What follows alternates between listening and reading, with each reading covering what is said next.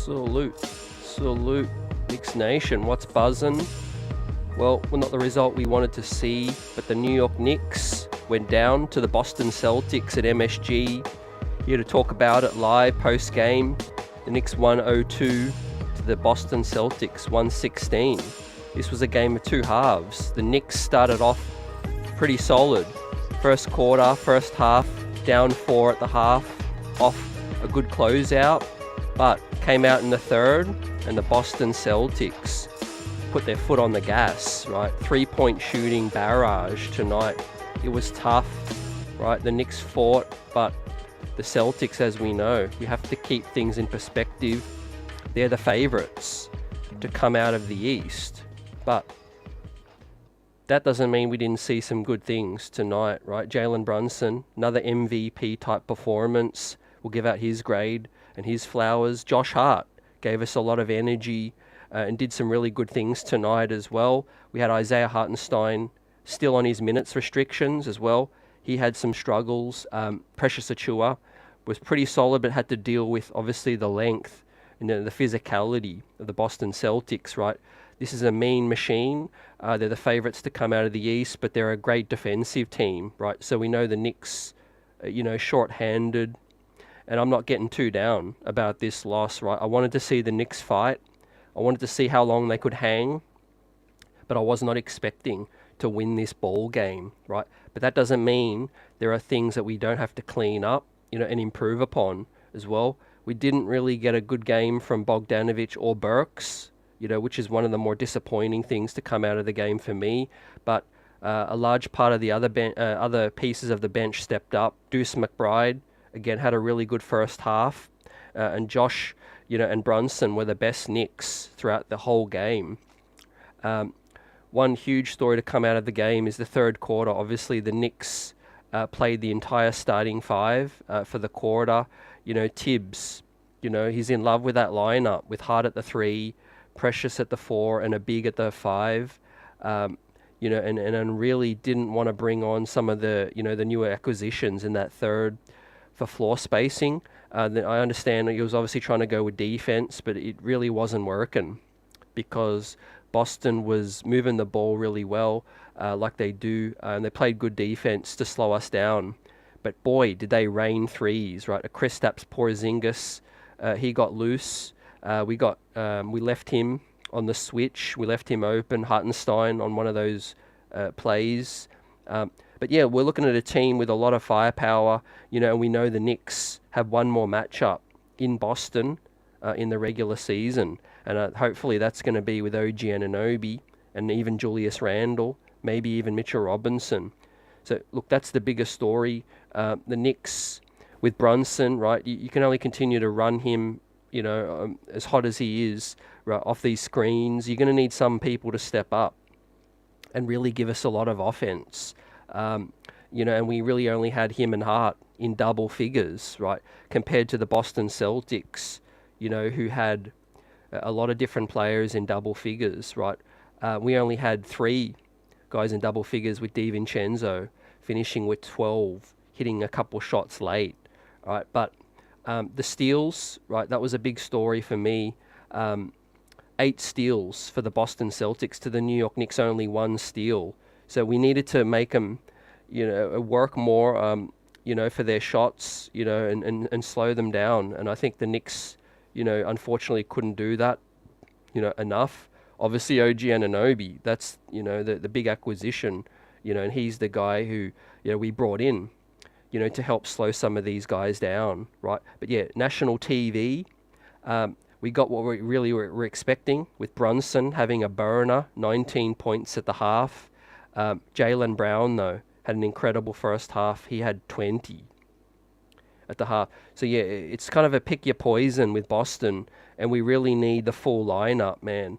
We need the full Voltron back, the Avengers, whichever era you're from, Dragon Ball Z, right? We need the full soldiers back. We need the full army, to take on Boston. But I was really hoping, we could make a really, really close game of this one. But yeah, that third really let it loose, fam. Continue to let them get hot from 3. I would prefer to not, gamble. Obviously, just play it man to man. And then bring the double towards the end if we need. But yeah, that third quarter was something I would adjust with. I wasn't a big fan of Thibs riding that lineup for the whole quarter. What do you guys think about that? We got JJ in the building, Buzzer Beater, Lily Phillips, salute, Will. Appreciate you coming through. Knicks Nation, represent. We unfortunately couldn't take this one, but we've got Detroit next game, and what a perfect game to bounce back, fam. And I know we will, right? As we go 34 and 23, we're still going to be in the 4th seed, as we'll look at the standings later tonight. But it's going to be half a game, because we had a game on Philly, and a loss tonight for the Knicks, right? And it's just half a game that we're ahead of Philly in 4th still, right? But we've got to continue to win games without OG and without Randall, right? I don't know when they're going to be back. We still continue to wait. I do feel like OG's getting closer. We obviously have some news as well that Julius Randle is putting up shots in the gym, so that's a good sign as well. Like as JJ said, you got to obviously form a scheme to help slow Boston down. But when in that third, when Kristaps Porzingis is shooting those deep threes, right? It's kind of a shot that you have to live with, because we've seen it before. He's been a New York Knick, and that's his weapon, right? That deep three ball, is tough for the big to get out there. And then you put a small guy on him, and then he's going to kill you on the boards, and then he's going to take you off the dribble as well. Unfortunately, I guess the best scheme is to run him off the 3-point line and bring the help, I guess. But when he's shooting those threes, it's a tough look, right? So Boston are the favorites. I think we gave him a really good contested first half, down 4, although we did need to close the half really well with Hart going to work there as well. We're going to give out the grades in a minute, but Bogdanovic was a bit of a disappointment, but he did find some good looks, I think, which are eventually going to go down. Alec Burks was the more poor of the two, as I really like Deuce McBride's game, right? He's going to get a good grade. Deuce McBride didn't look shook out there. He looked comfortable. That's what you want to see, in a big moment. He took the Celtics there down the paint and finished strong, in the first half. But look, the numbers speak for themselves, fam. 57% from the field, 42% from 3, right? No team in the NBA is going to be able to beat Boston when they're shooting like that. Now, we ask ourselves, is there anything we could have really done to prevent them from shooting that hot? Well, you just got to be super tight on your rotations, and we weren't quick enough. Obviously, they've got some physical guys with Derek White and Drew. The thing with Boston is they can post you up as well as shoot the 3 as well. So you kind of just have to hope they don't shoot as hot as they did, and then you're still going to be in the ball game. You're going to have to hit your shots, I think, and that's what we did, in the first half. But then we needed to continue it, and that's tough when you've only got Brunson and you've only got DiVincenzo, really your main gunners out there, and then you've got 3 gritty, rotational guys who can grab your rebounds and try to post you up, and try to defend the post-ups. But we needed more. And that's where the third quarter really was the Knicks' undoing, because, hopefully it's going to be a spot where, OG comes in and helps, with the scoring load when he's back shortly. But Alec Burks and Bogey are going to have to be the ones to step up, in the meantime. So, as Lily also says, Celtics are a tough cover with the shooting, definitely. You got to be real tight with the rotations, hope that they miss a couple as well, and then you have to continue to execute your offense to really punish them, as well. That's where we really need that physical paint presence. I think Mitchell Robinson can struggle against KP, but he can also be that neutralizer, in the paint, the physical presence, where he can keep them off the glass as well. And he can also deter Tatum, and he can deter Brown from getting to the cup. And I don't think Isaiah Hartenstein's 100%. He looked a little slow getting beat baseline by Jaylen Brown, who slammed it. I looked at that play and I thought, Isaiah's not moving as well as as he should. But keep the chat buzzing, and we'll hit on the box score and the grades, and give out your grades with me. Let me know if you agree, disagree, want to add a comment. We shout you out.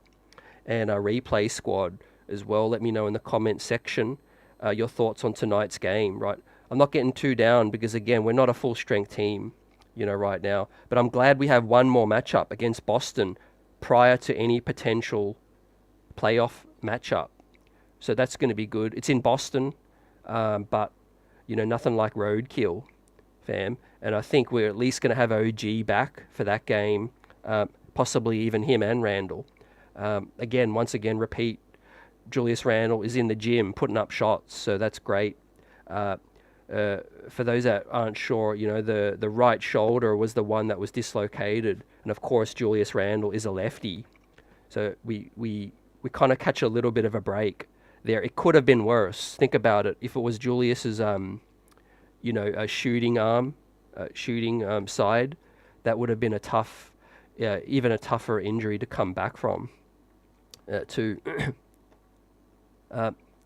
What's good, Will? It'll be a whole new game when we meet Boston in the playoffs. Healthy. Keep that energy. I love it. Like you said the other day, Boston still has not seen us with OG. We have our cards up our sleeves. Yep. We have the ace up our sleeve as well. We have multiple guys, and I don't want people to continue to forget about Mitch, because, we kind of have a similar timeline for Mitch as well. And he looks like he's going to be back before the playoffs, as well. Obviously, all things going accordingly with the rehab, too, fam. Buzzer beater, if Brunson wants to be that MVP, he needed to take over some of these games and score 50 plus. Absolutely, I feel you on it, but I think against Boston and one of the toughest, defenses in the league, that's a really tough cover. But Brunson, he's unselfish too, and he's putting up 9 assists as well. But you kind of, like you said, for us to win this ball game, he would have had to put up 50. Lily Phillips says Alec Burks is awful. We haven't really seen an Alec Burks game yet, and I'm optimistic he's going to help us still. I'm going to give it 8 to 10 games, but he needs to step it up. Like you said, he needs to step it up. Salute Trini, what's good? We got to hope, some of the results go our way, in the run home. It's going to be incredibly tight in the East. The positive thing is, we have a good leg up on the Heat, the Magic, the Pacers. It's really the Cavs, and we're trying to catch obviously the Bucks, and we're trying to stave off Philly as well, which I'm not really worried about, because Philly, we saw them, without Embiid, they're a completely different team, and I think they're a lot weaker without Embiid than we are right now, without Randall and without OG as well. So we're back after the break, second game in, we're 1-1. Positive signs from obviously Brunson, Hart, DiVincenzo starting to play back to their usual play, but the bench, Deuce McBride stepped up tonight, but we didn't get enough from the other guys as well. We got 14 minutes from Jericho Sims, only 2 rebounds, no points. Alec Burks, 3 of 11. Not that would have won us the game either. Burks, again, he didn't even play in the third, so Thibs went with that rotation. Bogey, 2 of 7, missed a couple bunnies, and was a defensive liability against those wings. But the good thing is, we're not going to see those kind of wings very often with Derek White, Tatum and Brown, and Drew Holiday as well. As Vaughn says, salute, welcome in, fam. Welcome in, chat. Smash that like button. The streets are buzzing. The Knicks Nation will be a force in the playoffs, right? this is one regular season game. We'll bounce back. But yeah, some things I didn't like, as I said earlier, and I echo Vaughn's comment here. I thought the third quarter, after the break, Thibs did ride the starters too long, in that third. But I don't think it would have changed tonight's outcome. I think the Celtics are just far too good. You got to give them respect. They are 8 games clear of the first seed for a reason. Now, I mean, that doesn't mean the competitor in us doesn't want us to, and the Celtics hate, doesn't want us to beat them every single time. But knowing we're missing 3 of our most important players, it was just a really, really tough game. I'm really glad we fought, and was in the game at least till halftime. But yeah, we just needed to hit shots late.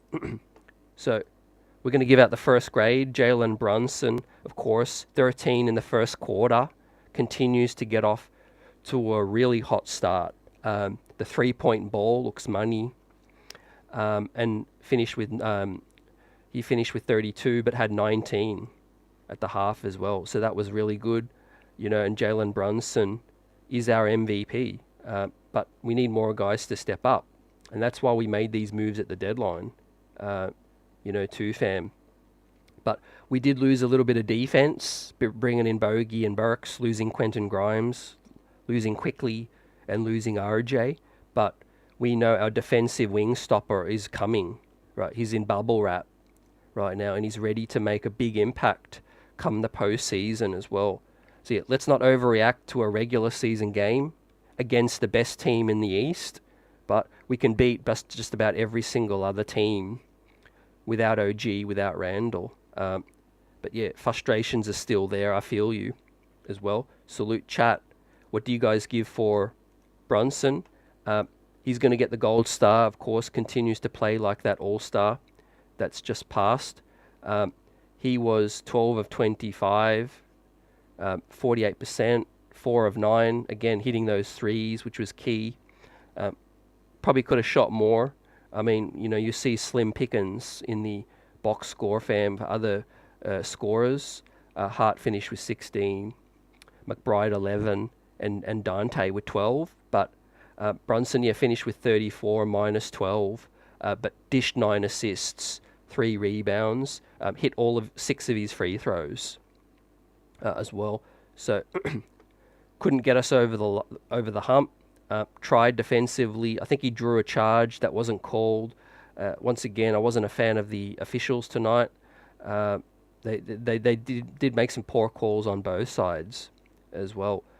So look, with JB, the fact is that he's a one-man wrecking crew. They decided not to double tonight, which at the first half it was kind of questionable whether they were going to do it in the second half. But I think, knowing that the fact that they've got those wing defenders in White and in Drew, I think they were confident enough to neutralize Brunny.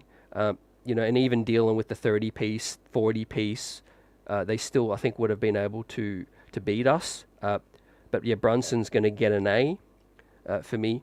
34 points, 9 assists, was obviously in the minus, but that's not his fault. And credit to him. He could have looked for his shot a little bit more, but I think he was probably tiring out. It was a really tough watch, just seeing Brunson, run off the dribble handoff, and then obviously try to go back and defend Drew Holiday, and then come back the other end and try to get a bucket again as well. So I thought he put in a really good shift tonight. We just needed more help. I mean that's it. Brunson did what he needed to do. We needed more scoring, and again, I question some of the decisions from Thibs in that third, where we could have brought on Burks a bit more and played him together, played Hart maybe with Bogey, off the bench as well. But yeah, that's what you're going to get when you're playing short-handed against a really good team. Next guy up, Josh Hart, right? Phenomenal first half. He continues to be aggressive. Did turn it over a couple times, but Hart was hitting some shots, 2 of 5 from deep, 6 of 10 from the field, 8 rebounds, 6 assists, 3 turnovers, 16 points on a -8 as well. Hart looks like he's really worked on that 3-point ball, like he said he did. But the truth is, he's just not a shooter. He's not going to pull the defender out enough, unfortunately, for that lineup to be really effective with 2 other non-shooters. So, yeah, I really feel like Hart is still better with the bench. I've said this from day one since Burks and Bogey came in. I would have liked Hart to stay with the bench with Julius out. If you're going to play Precious together with Hart, then you need another shooter together with Brunson and DiVincenzo, because, man, it's a lot on their shoulders, and easier for a defense to key in. What do you guys think? Salute Seth in the building, B+ for Brunson. Yep, that's a solid grade. I can feel that. Trini says A- for Brunny. Yep. We're going to hit on Chenzo in a minute. 19 Conman in the building. Salute. Glad everyone could join us. Neymar, what's good? Buzzer beater, Brunson, solid A, but we need more from him. It's not fair, but unfortunately he's going to have to take the weight. He can probably take more weight, knowing, as you're saying, what Brunson is capable of. He is Superman to me as well. But even so, he needs more people. We need more people to step up around him, as well. And I'm going to talk more about Deuce McBride, because I really like the fact that he was aggressive, not afraid to take on the Boston defense. A lot of guys did pass up some looks as well, and that just resets the whole clock. Well, the clock continues, right? And then we have to reset the play. And it's really tough to get a good shot, after that, man. I'm repping the number 30 right now. I miss Julius so much. It's just tough watching these guys go to battle, without our other all-star, fam. And good to see Julius on the bench there. He looked cool. He looked cool and calm.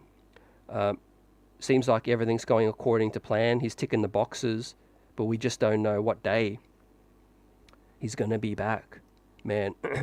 On that note, as Neymar says, I wish I could tell you when Juju, OG are back, and whether it's going to be before April 11. I feel like it will be, maybe a 70-30.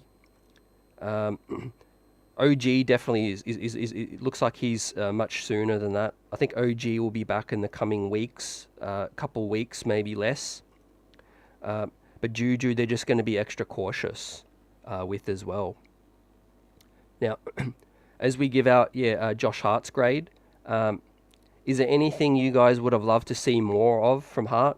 I mean, knowing, who Josh Hart is, he plays with that energy, the passion, the fire. He got a nice and one play tonight. He was really aggressive at times. He picked his spots, but then he was passive at times as well, which is, again, Josh Hart's game. Here is that and one play where he finished it strong. And Hart's going to be that guy. He's that lightning rod for the New York Knicks. He can fire up the crowd. He can get you an and one and basically gather momentum back on your side. But then he can also, let the air out of the building when he leaves his feet, passes the ball up, maybe turns it over as well. But Hart's a key cog for this club. He pulled in some huge offensive rebounds. Again, continues to be strong, finishing there on the break, which I think that deserved an and one. That one on the break. I think, the refs were poor again there, as two. Yeah. Daryl's in the building. Salute. Hey, CT, OG would have made a huge difference in this game. 100%. I'm with you on that. And that's why I'm still kind of tempering expectations, I want to see more from everyone who plays. Everyone can step up, I feel, especially Bogdanovic, Burks, I still feel like they haven't found their feet in New York City. Obviously, OG had a huge game in Philly. Bogey Bogdanovic was huge in Philly, but we need to see consistency. I need to see these guys great from game to game to game. Alec Burks hasn't really had a good game at all, considering, but it's only been 5 games. Tough. A couple of them were tough against Orlando, yeah, and Boston as well. But yeah, I like what I'm seeing more from Bogey. Burks looks like, a shell of the former Burks. Um, King Third Eye Supreme. What's good? A healthy roster with Randall, OG, Mitch in the post, and we win. Yeah, we certainly take this game. We take a series to 7. I feel against Boston, with full health. I really feel like Brunson's going to be unlocked with another All-Star, Julius, who pulls the double. He can be physical with KP, Tatum, Brown. He just takes a huge load off our plate with Julius out there as well. And then of course Mitch, with the boards, as well. But yeah, for Josh Hart, as we go through his numbers, he was 6 of 10, 2 of 5 from deep. Again, the 8 rebounds, 6 assists, 16 points, -8 in a 14-point loss. So yeah, one of Josh's better games on the season. And I liked his aggression. Again, the way he finished the first half was big. And for that, I'm going to give Josh Hart a B+ for his performance. Man, 8 rebounds, 6 assists, 16 points. Stand up, right? He fought. He was solid tonight. He battled, and that's what we want to see. I think it was again Thibs's, reluctance to switch it up in the third. I think when we needed more offense. See, Hart is a game where for me, I would monitor how the game is doing, and that dictates how much you play Hart, right? If the score is really tight, Hart's in there for the rebounds, the loose balls. When you're down, when you're down 14, you're down 12, you're down 10, you need to keep up. You need scoring to keep up with Boston as well. And maybe if you keep Hart out there, maybe then you got to choose between Precious or Isaiah. You could have got another shooter in there, Deuce McBride even, or a Burks or Bogey as well. But yeah, look, Hart was solid. He stepped up. What do you guys think?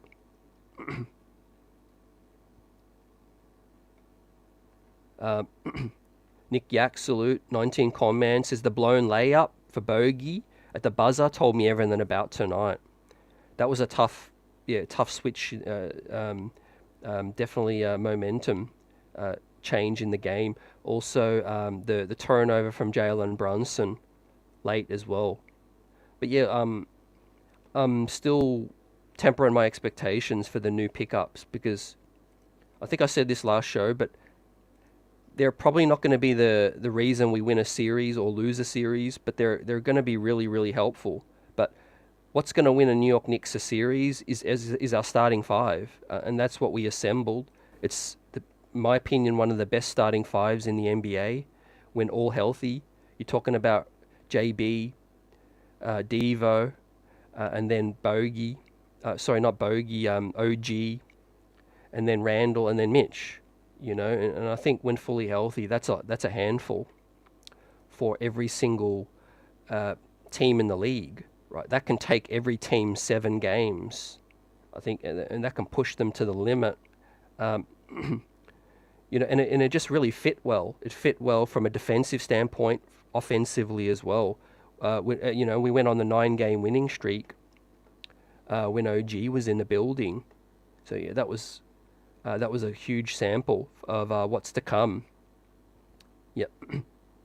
We've seen a little bit of regression from this man coming up next, and that is the Big Ragu. Tonight, yeah, defensively, he battled really hard, was solid getting into the grill of Jaylen Brown, Derek White, but unfortunately the size limitations did hurt us tonight. They were able to bully DiVincenzo a little bit as well. And that's a credit to him, because I don't think I've seen, I don't think I've said that this season once. I don't think I've really seen DiVincenzo get bullied the way, he was tonight in terms of defensively. They were, really finding the switches, the mismatches down in the post as well. And once again, credit to Hart, DiVincenzo for battling in the paint, because, the amount of times, tonight that they found themselves on a big, which was tough. The way Boston were finding that switch, mouse in the house, as well. As well. So DiVincenzo, he was 4 of 12 tonight, but 4 of 8 from 3, 4 rebounds, 2 offensive, 12 points, -5, but 4 fouls as well. So they did call it pretty tight on DiVincenzo, despite him trying to be aggressive. 31 minutes. I guess that's the positive, that they didn't overplay him. Could have played him a little more. Obviously, we needed some scoring, but 4 of 8 from 3 is solid. But 4 of 12 from the field. Missed that couple at the rim. Was blocked by Kristaps again. That's not his strong suit with DiVincenzo, getting to the cup. He does either get blocked or run into some trouble when he does try to finish in the break.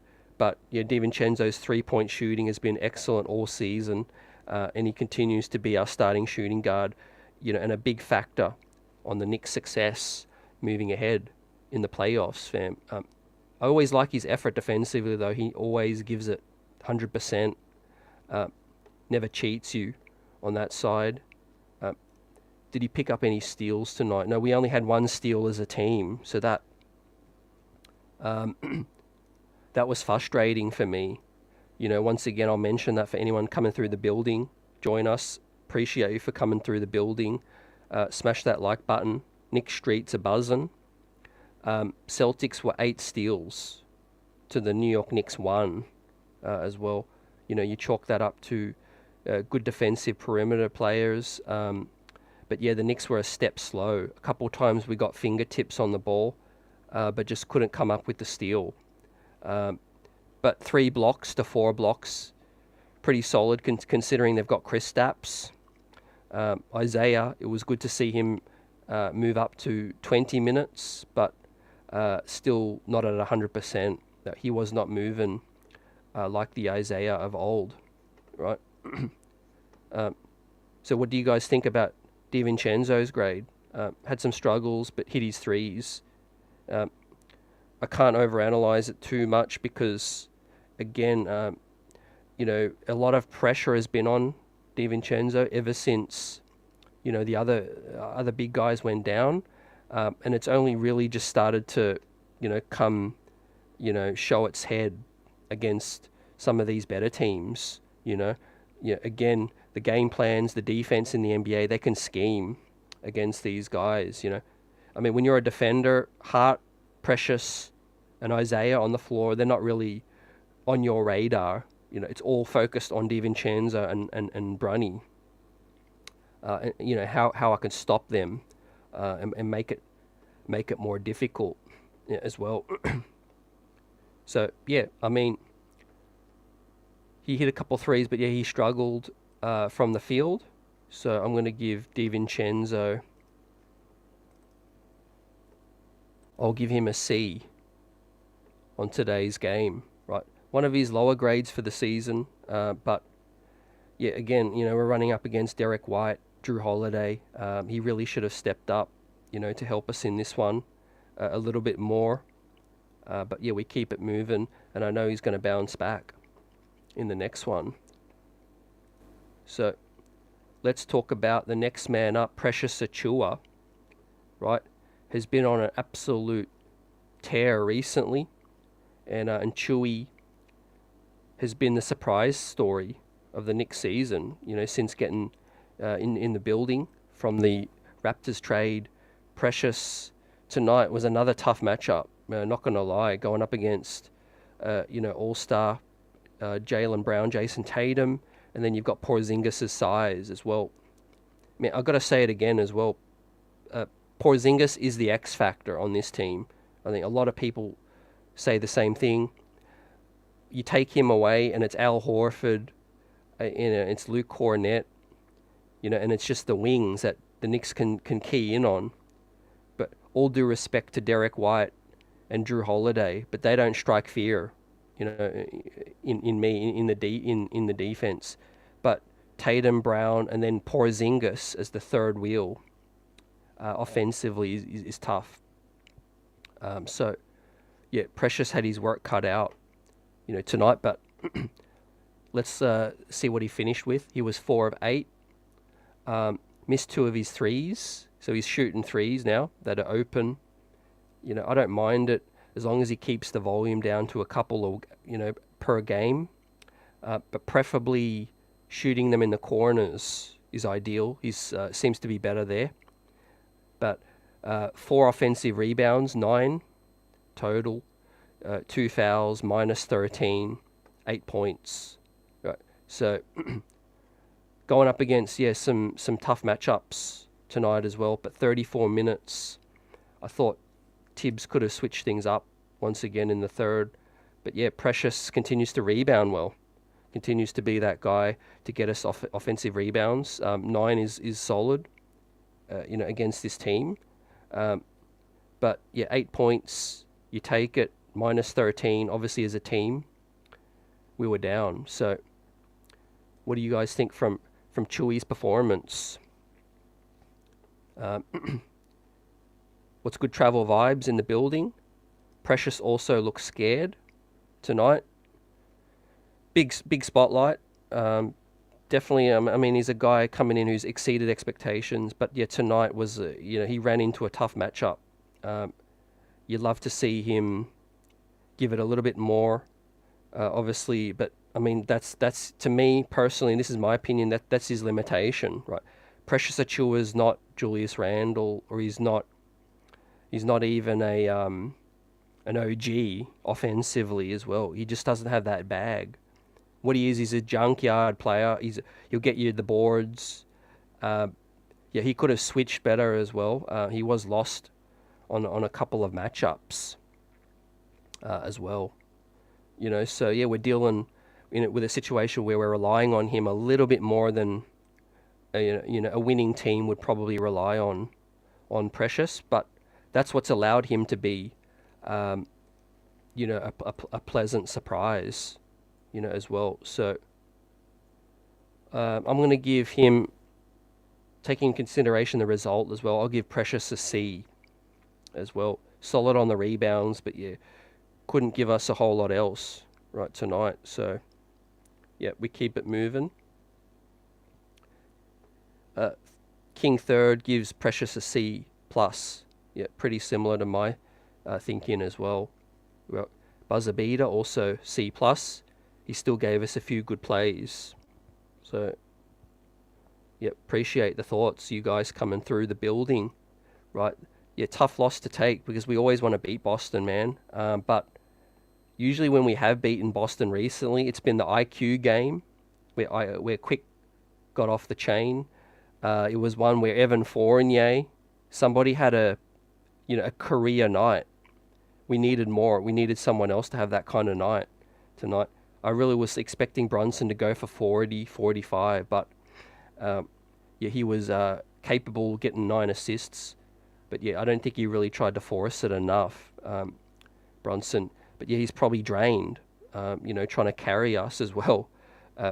Think about the offensive lineups where he's playing in the third with Chewy, with Isaiah, and with Hart as well. He's carrying these guys offensively.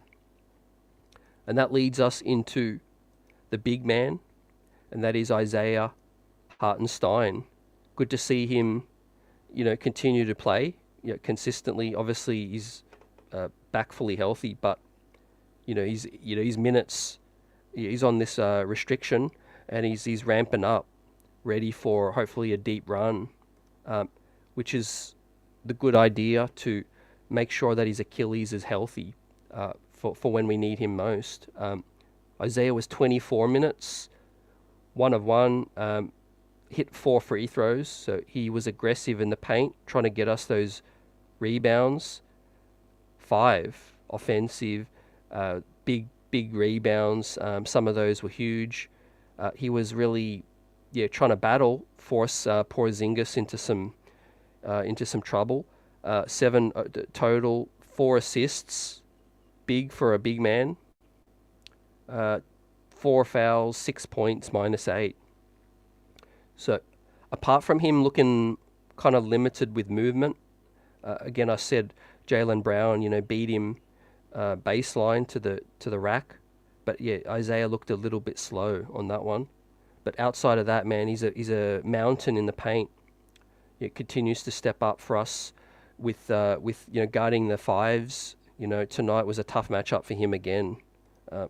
Porzingis is a tough cover, fam. As much as I dislike Porzingis now, you have to admit he's a tough cover, right? He ain't like a lot of these other bigs. So I'm gonna give and give me your grades for Isaiah Hartenstein as we went through the numbers. 5 offensive rebounds, big time, but obviously for the most part for the night, right? We lost the matchup. C plus. Isaiah is going to get for me, but great to see him work his way back. Trini, C plus. 19 comments says every player we get back at this point is like making a big trade. 100%, man. If you think about it, we're losing 3 of 5 of our starting players. That's more than half of our starting 5 is out. I know some teams are using the injury bug excuse as well, but that's with you missing 1 guy or 2 guys. But we're missing 3 of our starting 5 as well. And the fact is that Isaiah and Precious have covered up for so much that we continue to overlook the fact that Mitchell Robinson, when healthy, is still, I think, the best option as the starting 5. But obviously Isaiah is a very, very capable, excellent starting big man when healthy as well. But the fact is we're missing our better guy, I think, a guy who deters players at the rim more. He's a slightly more superior rebounder as well. And he's just a bigger body. He's huge in the paint. Isaiah gives us a couple other things. Obviously, the dishing, a little bit more swishing, But I feel like Mitchell Robinson, if you're just looking for what Thibs wants is in a 5-man, that's exactly what Thibs wants. Is just the most elite offensive rebounder in the league, and one of the most elite shot blockers as well. I mean, if Mitch played tonight, he probably would have had 4 or 5 blocks on Tatum, on Brown. It just is what it is. And I'm really happy that Mitch hopefully is going to be, a factor come towards the end of the regular season. Right, he's huge. Remember, he was playing his best ball on the season. Buzzer beater, Hart, B-. I had to take his limited minutes into account. Yeah, wise thinking, man, as always. As we move towards the bench now, right? Give me your thoughts on this man. Right, he continues to be that defensive hound dog, but also his offense has come a long, long way this season. Miles, Deuce, McBride. As I said earlier, I think you guys will agree, he looks confident. He stepped into a couple mid-range shots, but he also took him to the rack, as well, which was key. And that's what we need. He needs to prove that to Thibs that I'm a player you need to play in the playoffs. Don't overlook me. Don't think that I'm not up to it. I think Deuce McBride, as we see here, caught Jaylen Brown napping and capitalized as well. 5 of 7 from the field, 16 minutes, was 1 of 2 from 3, 3 boards, 11 points, and a +4. So the first New York Nick we're talking about tonight in the plus. Now, 16 minutes we know, but clearly we were winning those minutes with Deuce McBride on the floor. So shout out to the guard, man, out of West Virginia. Salute. Very rarely does Deuce McBride get beaten in terms of his matchup. He did get beaten by TJ McConnell last time we played Indy. He's a tough cover. He was going at Deuce, but yeah, very rarely does Deuce McBride, have a poor game in terms of get beaten a lot. Sometimes he just doesn't have it going offensively. But yet tonight he probably should have played more. He should have played more, not probably.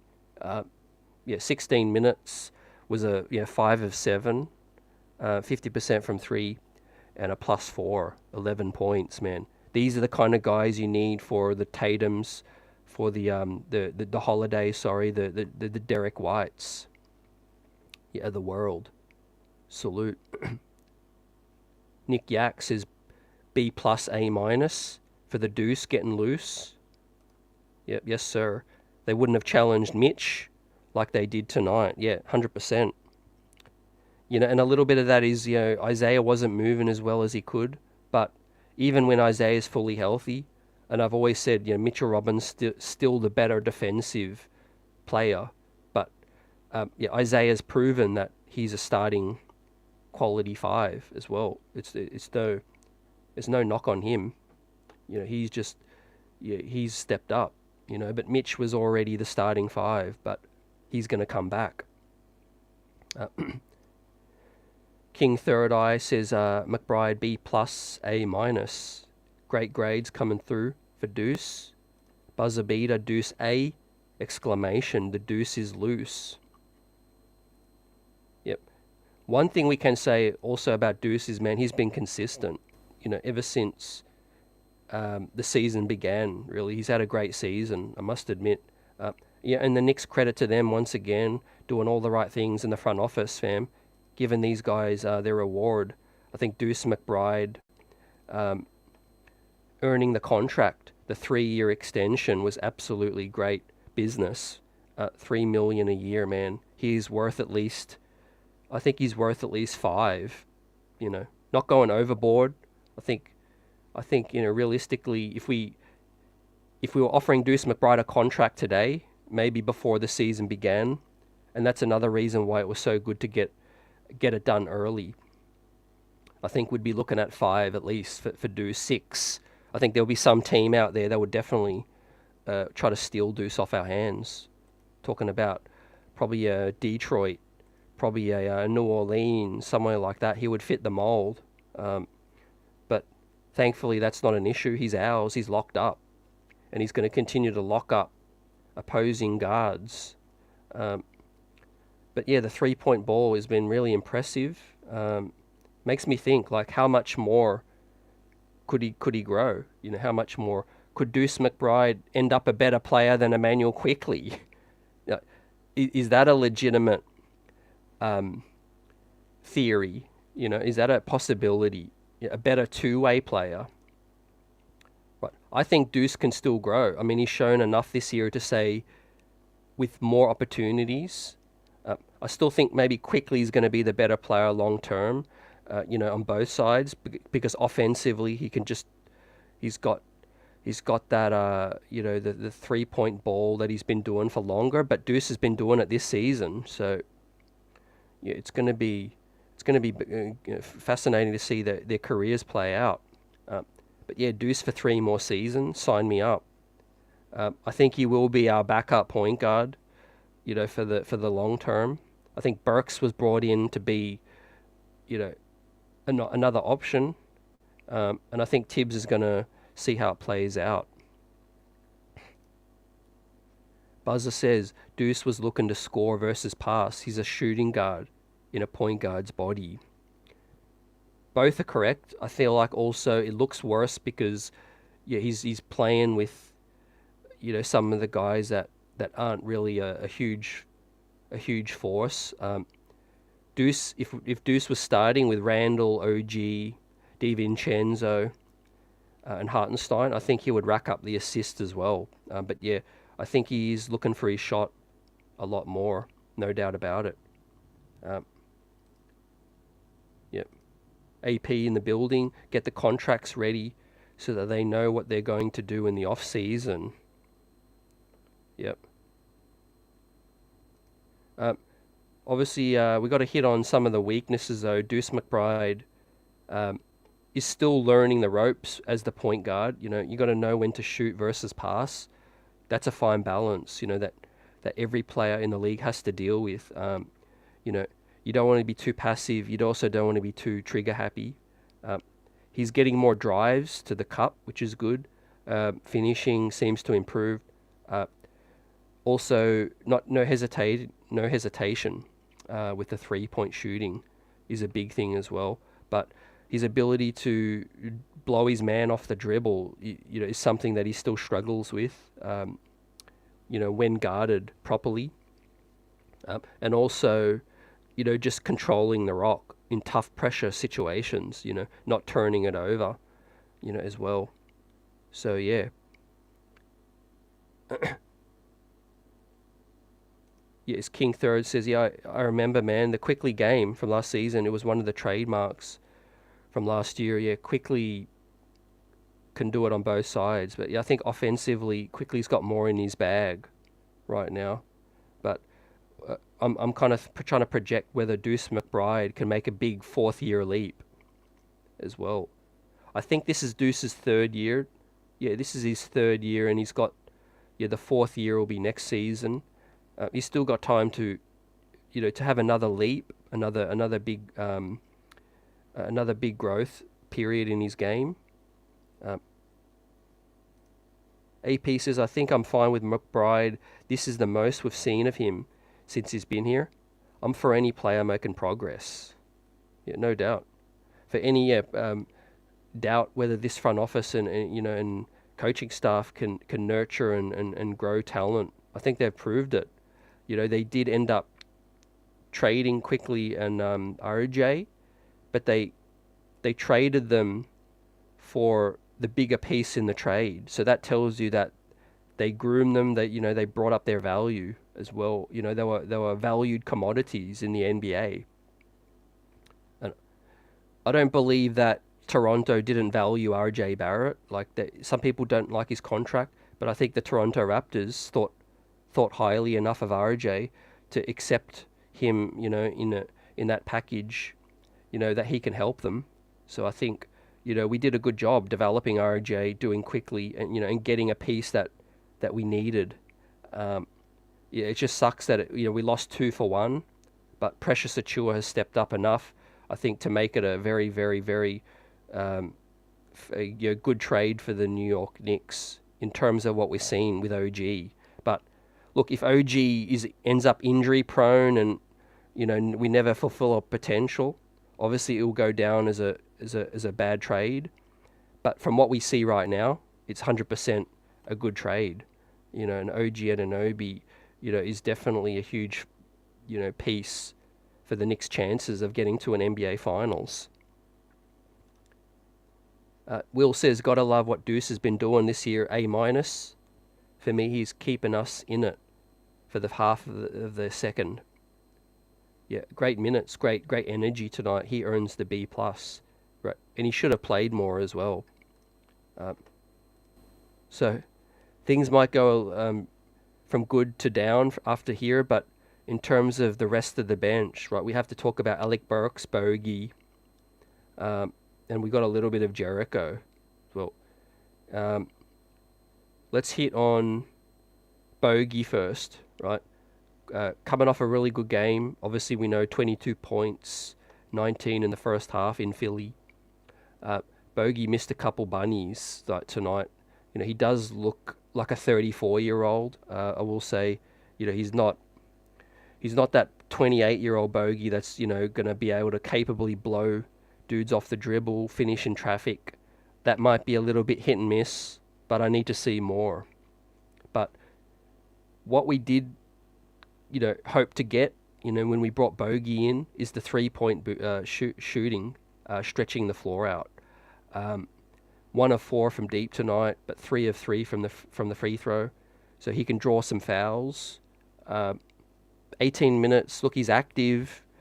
I'm not expecting him to be able to come in and take over games now. I'm just expecting him to help the bench sustain the minutes that Brunson is out. Whether it's draw level, just be a neutral, or hopefully hit some clutch shots. In a clutch moment. And he did that in Philly.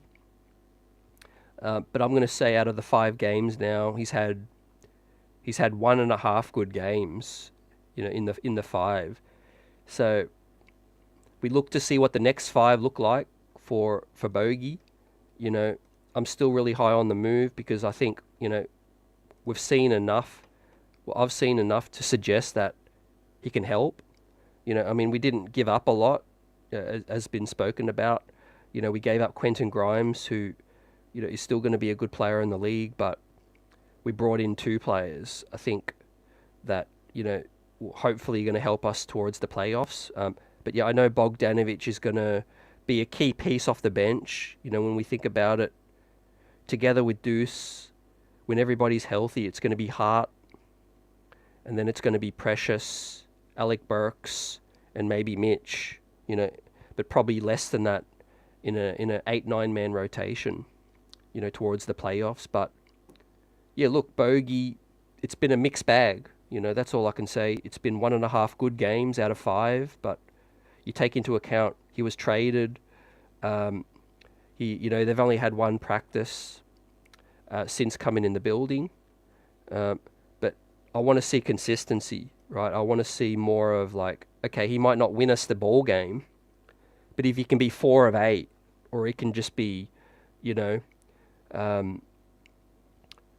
5 of 9, something like that, when he comes in off the bench, and just be consistent with that, right? Look for his shot, be money from deep, not be too much of a liability defensively, but yeah, just give us that scoring punch when Juju and OG and Brunny are off the court.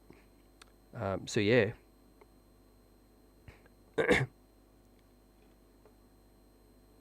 Okay, we've got some folly in the chat, which I'll take care of as well. So we keep things clean here. If anyone's new, you might be a rival, which I get it, but yeah, I'm gonna take care of that, because yeah, we can't have that in the chat, and I appreciate some of the mods that have taken care of it as well.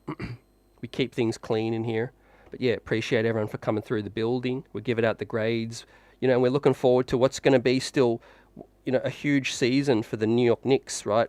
Where maybe the rivals are getting scared of the momentum, right? The Knicks are getting talked about a lot more than years past. We are a legit threat to anybody in the league. We have a lineup, like I said, the starting 5, which could beat anybody. We just need the health, right? We're missing the health part right now, but we will get that back. Nick Yak says it's a steal what Precious is doing, and with McBride, the ball movement is so much better. Yep. Think about when we get the proper starting 5 back. Think about what the bench is then going to be like, going back to, doing the normal bench things.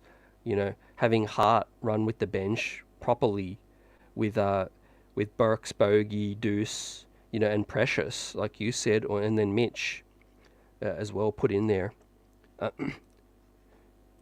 So we've got to give Bogey his grade, but like I said, 1.5 good games out of 5. If he can make that, 2.5 games out of 5, 3 good games every 5, then, it's a trade worth doing. And it's still early. I'm not going to over-evaluate. I'll give it 10 games. But he is 34, soon to be 35. He might just become more of just that spot-up, shooter kind of guy, which is still fine. He can take some guys off the dribble more. He's got more in his bag than Evan Fournier. But basically, Bogey is that expiring contract filled in for the Evan Fournier expiring contract, but he's more reliable. He's got more size. He's more reliable offensively. 2 of 7, 1 of 4 from deep, 8 points, minus 14. Look, I got to give Bogey. He also gets a C, maybe even a C minus. Yep. I might even adjust that to a C minus.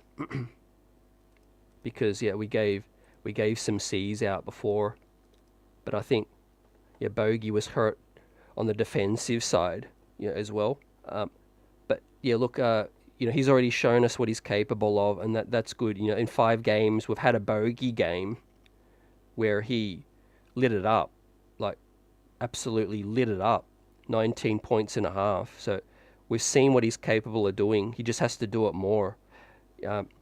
But that leaves us to the next guy coming off the bench, Alec Burks.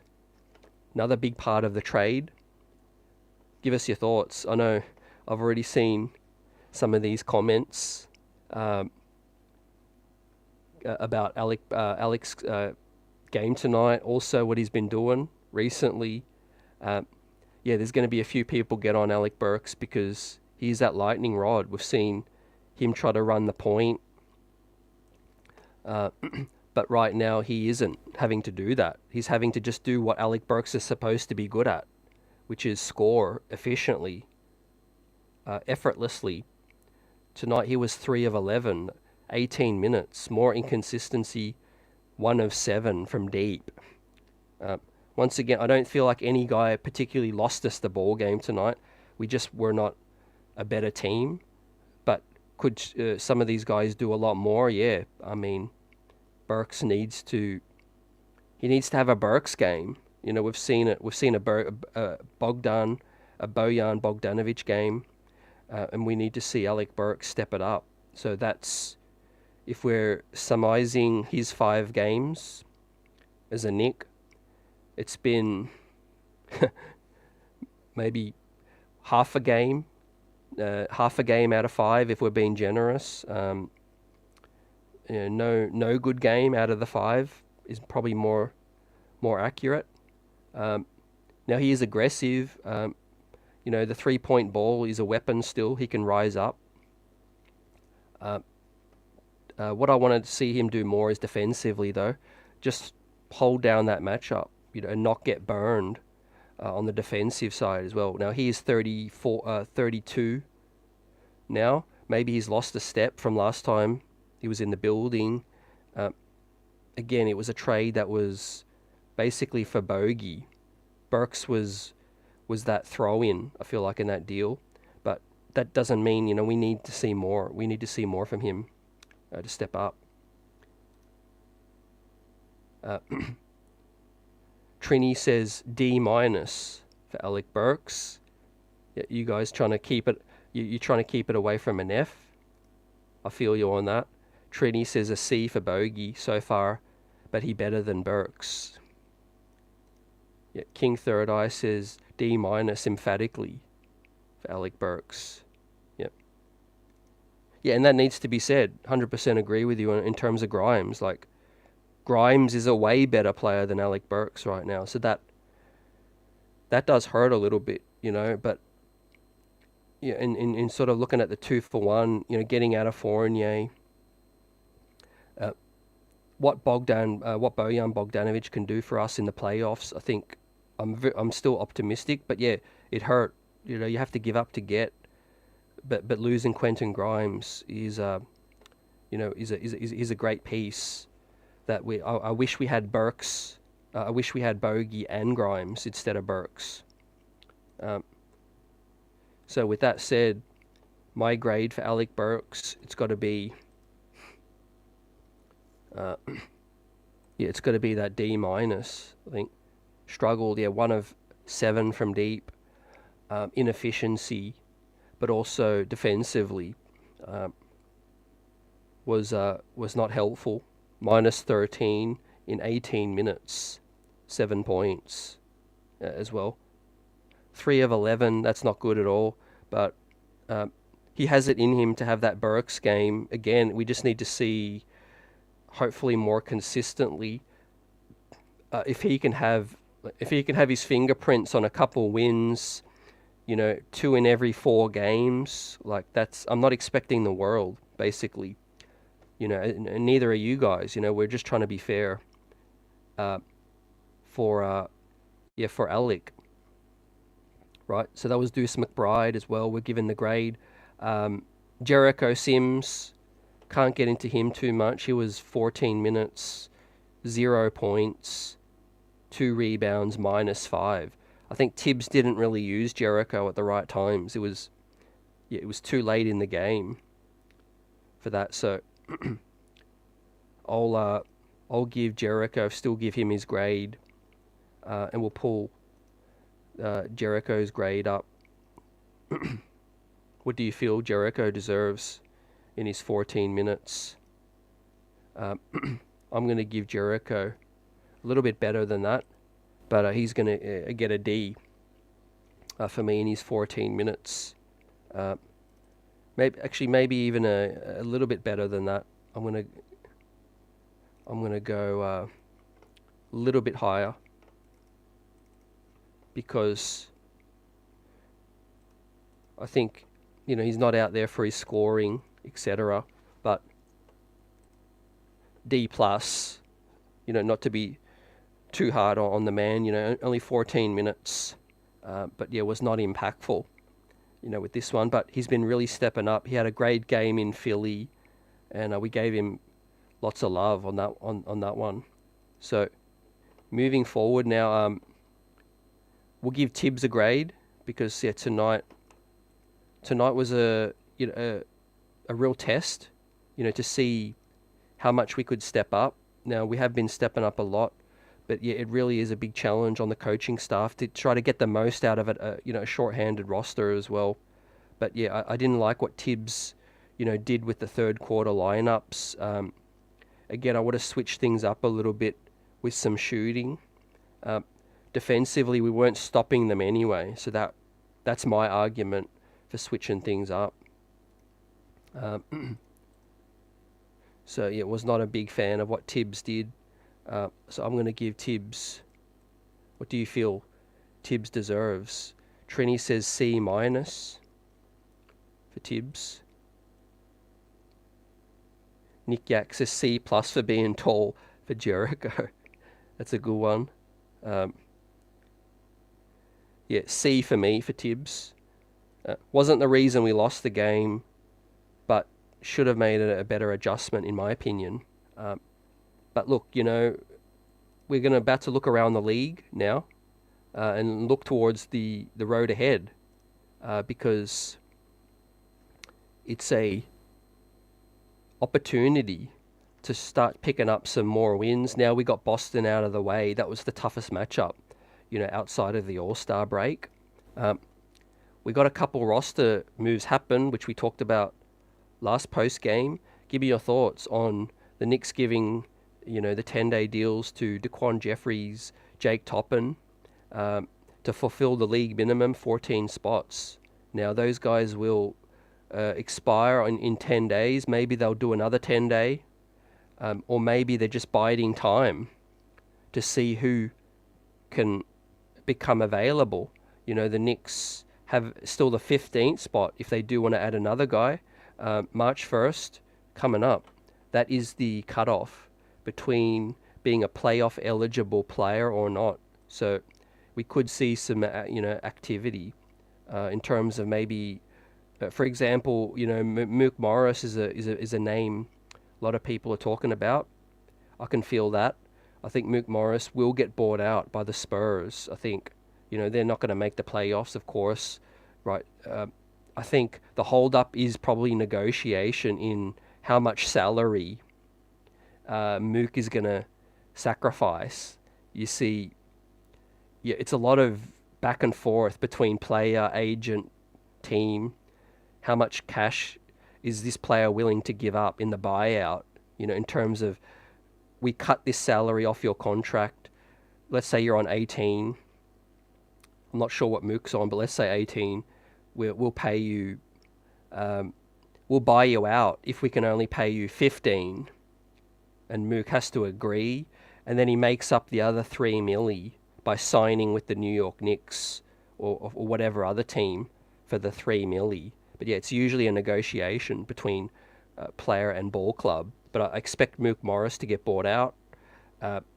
If he goes to Miami, if he goes to Milwaukee, he could help them. Now, he ain't Mook Morris from 4 years ago, but he's a very helpful, end of the bench player that could give you a little bit as well. Our rotation's pretty crowded, so I kind of get it where, I put it this way, I don't expect the Knicks to bring in, a player that's going to expect a lot of minutes. Maybe they'll bring in one more veteran point guard who's happy, just being a towel waver, a cheerleader on the bench. Maybe I could see that. Maybe they'll just sign Toppin and Jeffries and bring in Taj.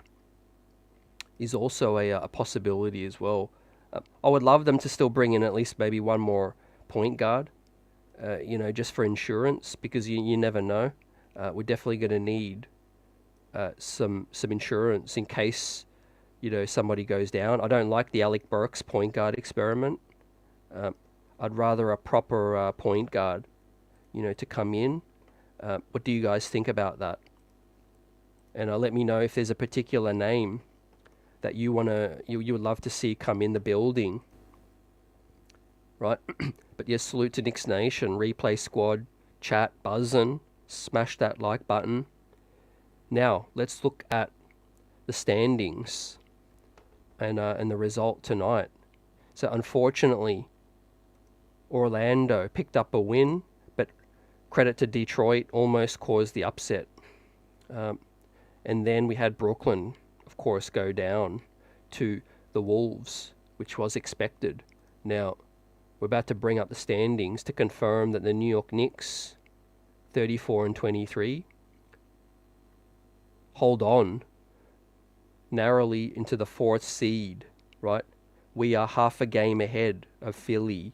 But as I said earlier, fam, I'm not too stressed about Philly because I think they're going to struggle to win more than us. I think they might pull off a few good wins, but we're good enough to start winning more than them. Obviously, they're missing Embiid for at least 4 more weeks, at least, and that's a stretch. He might not even be back until the playoffs as well.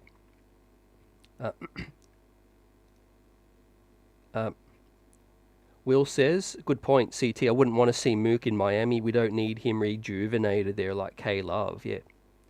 See, that's the thing, brother. I think a lot of these players, they're not real, they're not going to swing the pendulum of making a team a championship contender, because most likely the team that he goes on is already going to be a contender. But the worry is, like I said, is that he's going to make them even stronger as well, yeah, and just give them that more depth. Obviously, the Bucks signed Gallinari, and I think that was kind of eyebrow raising. I don't think that's what they really need. Is Gallinari really even that good of an offensive threat anymore to make that justifiable? But yeah, I think that's the way they went. Philly, Mook Morris, was already on Philly. They traded him to the Spurs, or he was in that trade, in the Buddy Hield trade, I think, to net Doug McDermott to Indy, and then Mook to the Spurs. So I don't think he can join Philly again. So yeah, look out for the Bucks. The Celtics don't have any room. Maybe the Magic, maybe the Pacers. But yeah, I think it'll be wise to pick up the phone still.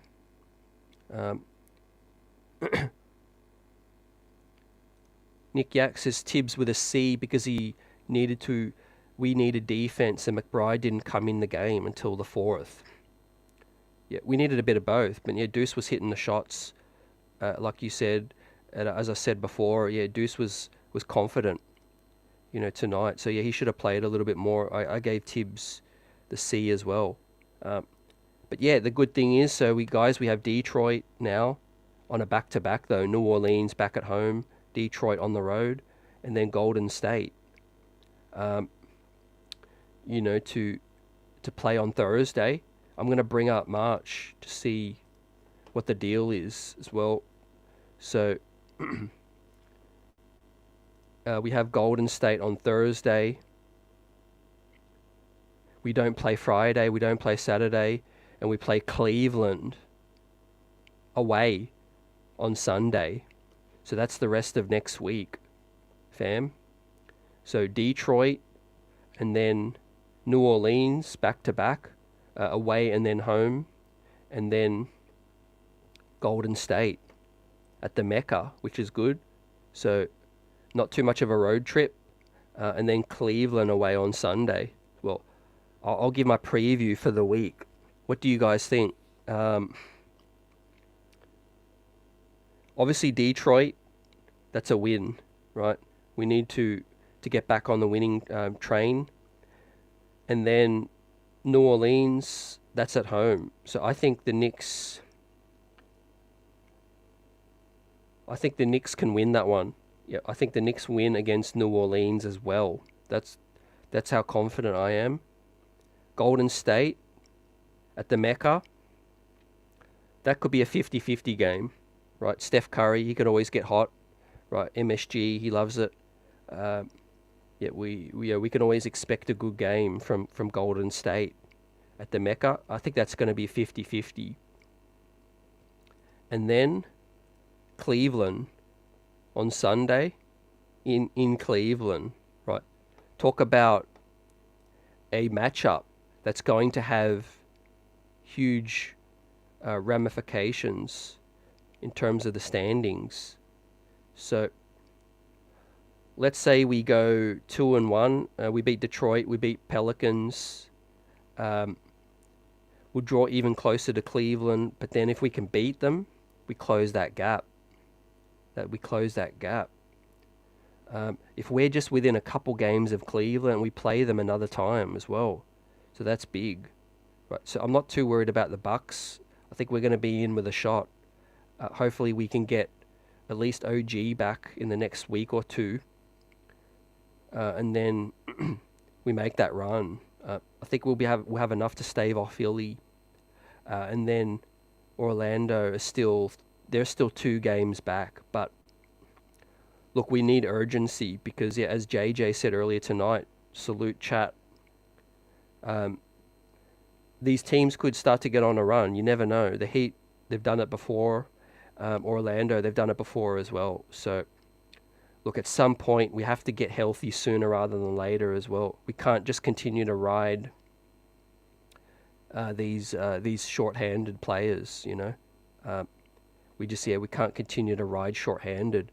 And we need to get at least OG back soon to give our starting lineup that more shooting, more defense, more physicality as well. And we can get Josh Hart or Precious back to where they prefer, where they should be, which is coming off the bench, but giving us a great, punch off the bench too, as well. And just before we wrap up, I'll run through March because I haven't had a good look at it to see what the month really looks like. And then we got Atlanta, a couple of days off, Orlando, Philly, Portland, Sac. Okay, that's good. That's a good stretch. And then a little West Coast trip, that is Portland, Sac, Golden State, Denver. Then back home to Brooklyn, Detroit, away to Toronto, the Spurs, and then at home to Oklahoma. So that's solid. I think for the Knicks, that's a decent schedule. It's definitely softened up. This is one of the softest months of the season so far, is March, right? Especially the first couple weeks. Well, the final week as well, really. if the Knicks want to get that, of course, the fourth seed, the third, the second, 50 plus wins, I think we put our foot on the gas in March, and hopefully we win 5 more than we lose. You know, we win 4 more than we lose. So how many games there are? 1, 2, 3, 4, 5, 6, 7, 8, 9, 10, 11, 12, 13, 14. Okay. 14 games in the month of March.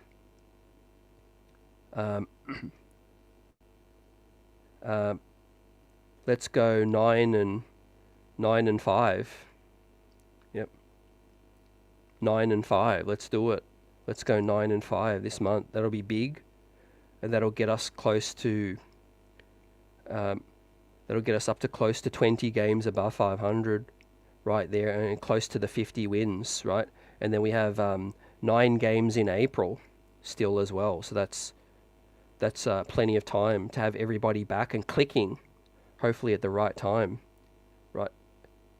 You know, in the right. And remember, you want to peak at the right time, right? It's all good for Boston to look great now. How are they going to look in round 1?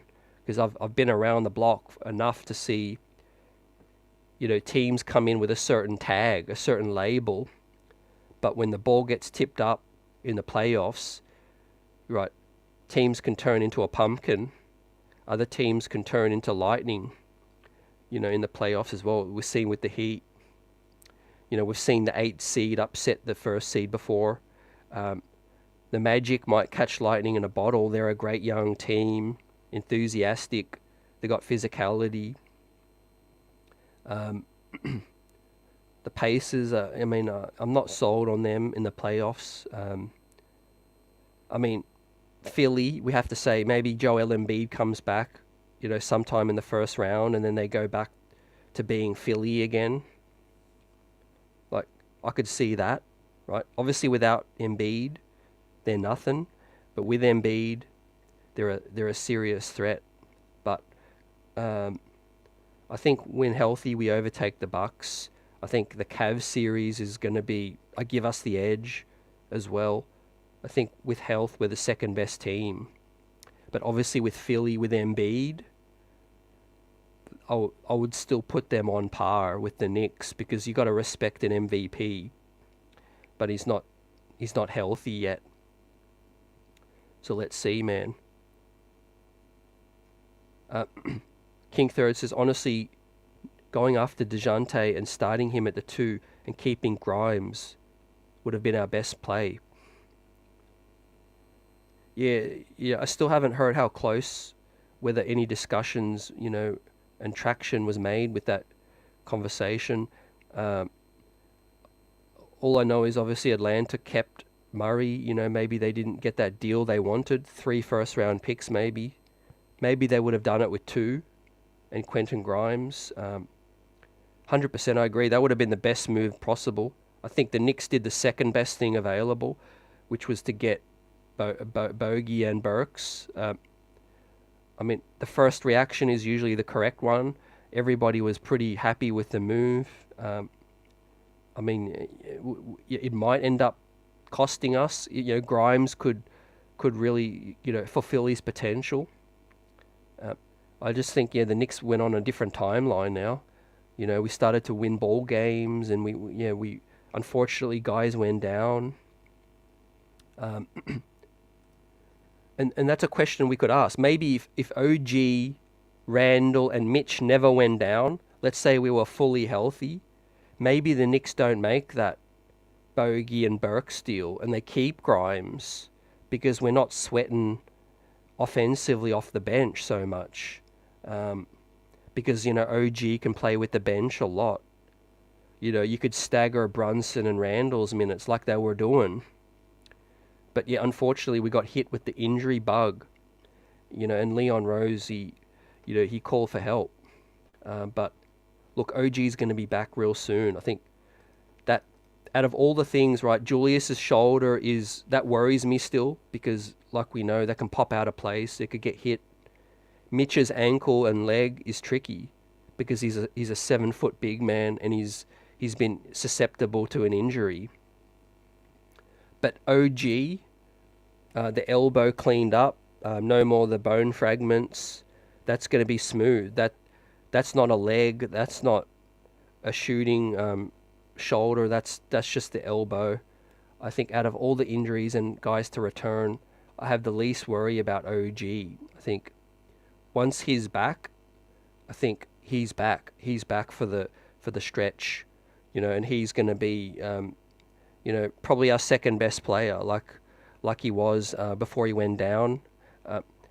He's still, he's a better defender than DiVincenzo. He's bigger, and he's, he was doing well with the catch and shoot, threes as well. So yeah, OG, please come back soon, and then Juju back.